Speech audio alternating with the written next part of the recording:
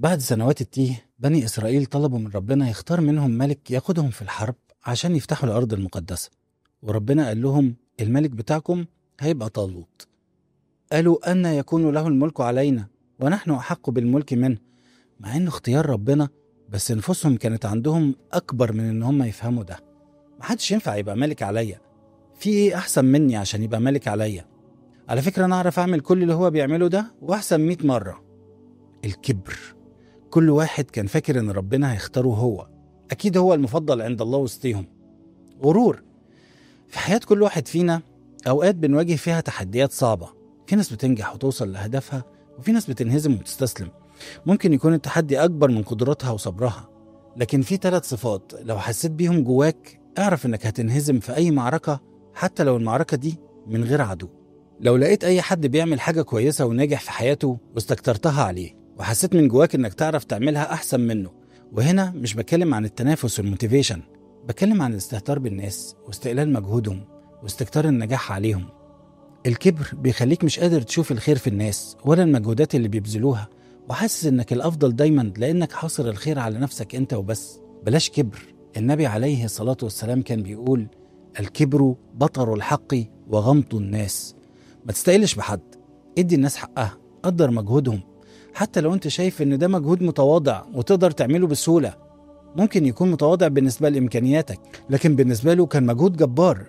انسب لكل واحد فضله واشكره على مجهوده، حتى لو حاجة بسيطة هتحسسه انك شايفه وهتشجعه انه يبقى أحسن. النبي عليه الصلاة والسلام كان بيقول: الأنصار شعار والناس دثار، اعترافا بفضلهم على نصرة الدعوة والدين.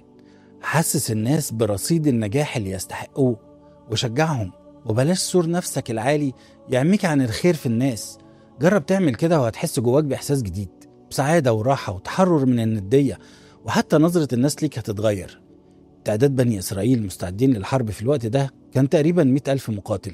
بمجرد ما عرفوا إن طالوت بقى هو الملك قائد المعركة، في منهم انهزموا وما يدروش أصلا يطلعوا للحرب، استسلموا.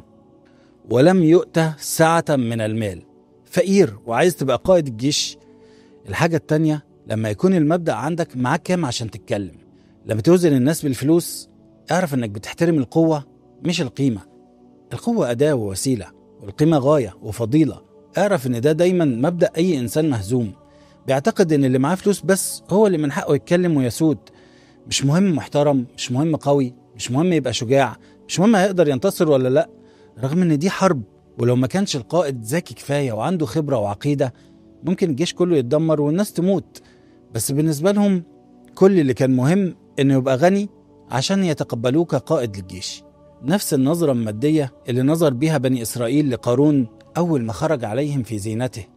قالوا: يا ليت لنا مثل ما أوتي قارون إنه لذو حظ عظيم. هو ده النجاح ولا بلاش؟ مع إن قارون كان بيحتقرهم وبيظلمهم، وربنا بيقول: كان من قوم موسى فبغى عليهم، لكن كونه غني كان بيغفر له كل ذلته عندهم. قياس الناس بالمال للأسف بقى آفة العصر. بقينا نقيس الناس بمعاه كام بالظبط زي بني إسرائيل.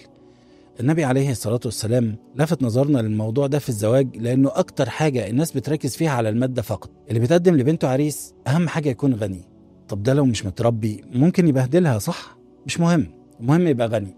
عشان كده النبي عليه الصلاة والسلام قال: إذا جاءكم من ترضون دينه وخلقه فزوجوه. ثانية واحدة، ليه النبي عليه الصلاة والسلام أغفل المادة تماما في موضوع المادة فيه مهمة جدا زي موضوع الزواج؟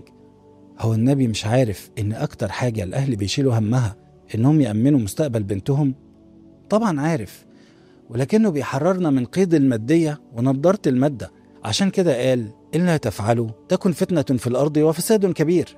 لأن المقياس هيبقى القوة وليس القيمة، ودي بوابة كل فساد. المعيار الأخير وهو الشهوة. أكبر تحدي في الحياة مش الناس، مش الظروف، مش العالم كله. أكبر تحدي في الحياة هو أنت، هو نفسك، هو أنك تقاوم رغباتك وشهواتك أنت. عشان كده كان مهم قوي إن الجنود اللي خرجوا مع طالوت يقدروا يسيطروا على نفسهم إذا كنت عايزهم ينتصروا في حربهم. وإذا كنت عايز تخلق شخص قوي يعتمد عليه لازم الأول تختبر تحكمه في نفسه وشهواته. لما طالوت قال: هنعدي على نهر محدش يشرب منه إلا غرفة بيده، وده كان الاختبار الأخير للإنسان الناجح القوي القادر على تحقيق النصر. إنه ينتصر على نفسه وعلى رغباته وعلى الوحش اللي جواه اللي اسمه الشهوة.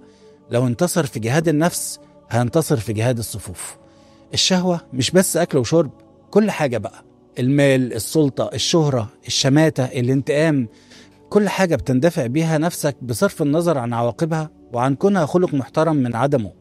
عشان كده السيطرة على عطش لجنود رايحة تحارب ما كانش سهل أبدا، وكان لابد منه. والاختبار مش إنه قال محدش يشرب نهائي، بالعكس، اشرب بس تحكم في شهوة نفسك.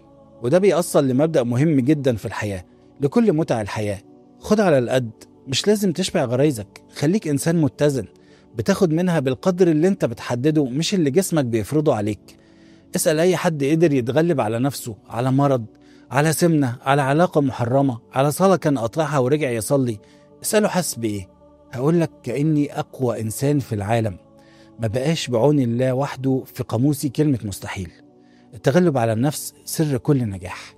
في النهاية لو لقيت الكبر والمادية والشهوة جواك، اعرف إن قدامك حرب يا جميل، حرب لازم تخوضها داخل حدود قلبك وعقلك قبل ما تواجه المجتمع.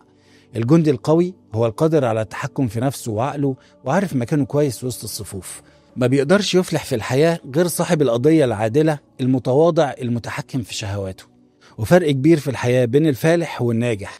لو الحلقة دي لفتت انتباهك لحاجة جديدة، شاركها مع غيرك. خلينا ننشر الخير، وخلي دايما عينك على قلبك، وربنا كريم.